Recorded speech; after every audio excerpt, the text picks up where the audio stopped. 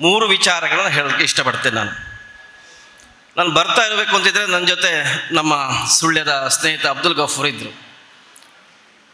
ಅವರು ಒಂದು ಮಾತು ರಕ್ತದಾನದ ಬಗ್ಗೆ ಹೇಳಿದರು. ಇಲ್ಲಿ ರಕ್ತದಾನ ಉಂಟು ಅಂತ ಆಗುವಾಗ ಅವರೊಂದು ಮಾತಾಡೋದು, ಅದಕ್ಕೆ ಪರ್ಯಾಯ ಎಂತ ಉಂಟು, ರಕ್ತಕ್ಕೆ ಪರ್ಯಾಯ ಎಂತ ಉಂಟು ಅಂತ ಕೇಳಿದರು ಅವರು. ಪರ್ಯಾಯವೇ ಇಲ್ಲದ ಸಂಗತಿ ಅದು.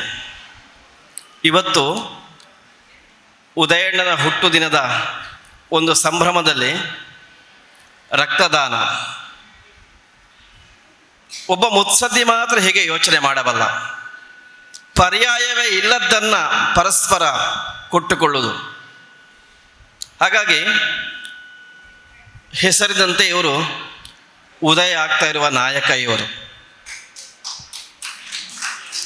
ಕಾರ್ಕಳಕ್ಕೆ ಪರ್ಯಾಯ, ಇವರು ಕಾರ್ಕಳದ ಜನತೆಗೆ ಪರ್ಯಾಯ, ಇವರು ಕಾರ್ಕಳದ ಆಸೆಗೆ, ಅಭೀಪ್ಸೆಗೆ, ಅಭಿವೃದ್ಧಿಗೆ ಪರ್ಯಾಯ ಉದಯಣ್ಣ. ಇನ್ನು ಎರಡನೇ ಒಂದು ಸಂಗತಿ ಹೇಳಬೇಕು. ಕೃಷ್ಣನ್ ಹೇಳಿದ್ರೆ ಇಲ್ಲಿ ಒಂದಷ್ಟು 600 ಹತ್ರ 600ಕ್ಕೆ ಹೆಚ್ಚು ಆರೋಗ್ಯ ಕಾರ್ಯಕರ್ತರಿಗೆ, ಆಶಾ ಕಾರ್ಯಕರ್ತರಿಗೆ, ಅಂಗನವಾಡಿ ಕಾರ್ಯಕರ್ತರಿಗೆ, ಅಂಗನವಾಡಿ ಸಹಾಯಕಿಯರಿಗೆ ಆರೋಗ್ಯ ಕಾರ್ಡ್ ಕೊಡೋದು ಅಂತ. ಬಹುಶಃ ಇವರೆಲ್ಲರೂ ಅಮ್ಮನ ಸ್ಥಾನವನ್ನು ನಿರ್ವಹಣೆ ಮಾಡುವರು ಸಮಾಜದಲ್ಲಿ.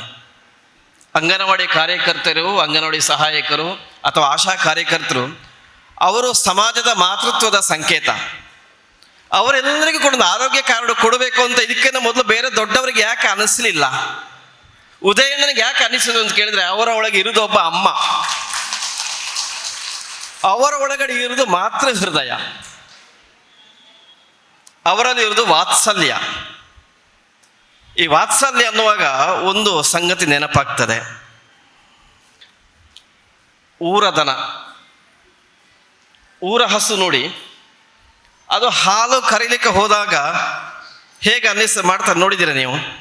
ಕರು ಬರ್ತದೆ, ಹಾಲು ಕರಿಬೇಕು ಅಂದರೆ ಕರುವನ್ನು ಹತ್ತಿರ ಕಟ್ಟದೆ ಅದು ಹಾಲು ಸ್ರವಿಸುವುದೇ ಇಲ್ಲ. ಅದು ಎಂತ ಮಾಡ್ತದೆ, ಕರು ಒಂದು ಸಲ ಅಮ್ಮನ ಕೆಚ್ಚಲಿಗೆ ಜೋರು ಗುದ್ದುತ್ತದೆ, ಗಮನಿಸಿದಿರಾ? ಗುದ್ದಿ ಆಗುವಾಗ ಅಮ್ಮ ಒಂದು ಸಲ ಕಾಲನ್ನು ಎತ್ತಿ ಬಿಡ್ತದೆ. ಅದು ನೋವಿನಲ್ಲಿ ನೋವು ಅನುಭವಿಸಿ ಮತ್ತೆ ಹಾಲು ಕೊಡ್ತದೆ. ಅದು ವಾತ್ಸಲ್ಯ ಅಂದರೆ ಅದು ಉದಯಣ್ಣನಲ್ಲಿರೋದು ಆ ಗುಣ, ವಾತ್ಸಲ್ಯದ ಗುಣ. ಹಾಗಾಗಿ ಕಳೆದ 2 ವರ್ಷಗಳಲ್ಲಿ ಸಮಾಜದ ಒಳಗವರು ಹೇಗೆ ಒಂದಾಗಿದ್ದಾರೆ, ನಮಗೆ ಕಾಣ್ತಾ ಇರುವುದು ಅವರಿಗೆ ಜನರಿಗೆ ಸಿಗುವಂತಹ ಮನ್ನಣೆ, ಜನರಿಂದ ಸಿಗುವಂತಹ ಆಶೀರ್ವಾದ, ಜನರಿಂದ ಸಿಗುವಂತಹ ಹಾರೈಕೆ.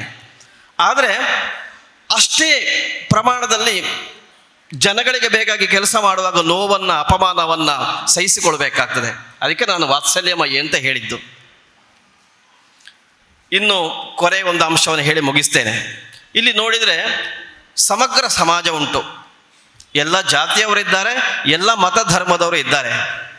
ಒಬ್ಬ ನಾಯಕ ಹಾಗೆ ಇರಬೇಕಾದ್ದು, ಅವ ಎಲ್ಲರ ಪ್ರತಿನಿಧಿ ಆಗಿರಬೇಕಾದ್ದು. ಒಂದು ಗುಂಪಿನ, ಒಂದು ಸಮುದಾಯದ ವ್ಯಕ್ತಿ ಯಾವಾಗಲೂ ಅವ ನಾಯಕನಾಗಲಾರ. ಇಡೀ ಕಾರ್ಕಳದ ಅಷ್ಟೂ ಧರ್ಮದ, ಅಷ್ಟೂ ಮತದ, ಅಷ್ಟೂ ಸಮುದಾಯದ ಭರವಸೆ ಮತ್ತು ನಾಯಕ ಅದು ಉದಯಣ್ಣನಲ್ಲೇ ಕಾಣಬಹುದು. ಹಾಗಾಗಿ ಈ ಒಂದು ಒಳ್ಳೆಯ ನಾಯಕರನ್ನ ಪಡಲಿಕ್ಕೆ ನಮಗೆ ಯೋಗ ಬೇಕು. ತುಂಬ ಧಾರ್ಮಿಕ ವ್ಯಕ್ತಿತ್ವ, ಯಾವ ನಾಟಕೀಯತೆ ಇಲ್ಲ ಅವರಲ್ಲಿ, ಸಹಜವಾದ ಧಾರ್ಮಿಕ ವ್ಯಕ್ತಿತ್ವ. ಒಂದು ಮಾತುಂಟು, ಅದು ಥೈಲ್ಯಾಂಡಿನಲ್ಲೂ ಆ ಮಾತುಂಟು, ಅದು ಭಾರತದ ಮಾತು. ನಾ ವಿಷ್ಣು ಪೃಥ್ವೀಪತಿ ಅಂತ ಗುರುಗಳೇ, ವಿಷ್ಣುವಿನ ಅಂಶ ಇಲ್ಲದವ ರಾಜನಾಗಲಾರ ಅಂತ. ವಿಷ್ಣುವಿನ ಅಂಶ ಇಲ್ಲದವ ರಾಜನಾಗಲಾರ. ಧಾರ್ಮಿಕ ವ್ಯಕ್ತಿತ್ವವನ್ನು ರೂಢಿಸಿಕೊಂಡು ಯದ್ ಭಾವಂ ತದ್ಭವತಿ, ನಮ್ಮ ಭಾವ ಹೇಗೋ ಹಾಗೇ ನಾವು. ಹಾಗಾಗಿ ಉದಯಣ್ಣನಲ್ಲಿ ಆ ಎಲ್ಲ ದೈವಾಂಶ ಉಂಟು.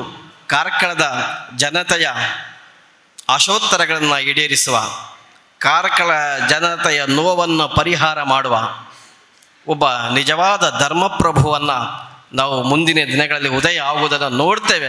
ಅದಕ್ಕೆ ಬೇಕಾಗಿ ನಾನು ಸುಳ್ಯದಿಂದ ಬಂದಿದ್ದೇನೆ. ಎಲ್ರಿಗೂ ಶುಭವಾಗಲಿ. ಉದಯಣ್ಣ 100 ವರ್ಷ ಬಾಳ್ತೀರಿ, ನೀವು 100 ವರ್ಷ ಬಾಳ್ತೀರಿ. ಶುಭವಾಗಲಿ. ದೇವರು ಒಳ್ಳೆಯದು ಮಾಡಲಿ.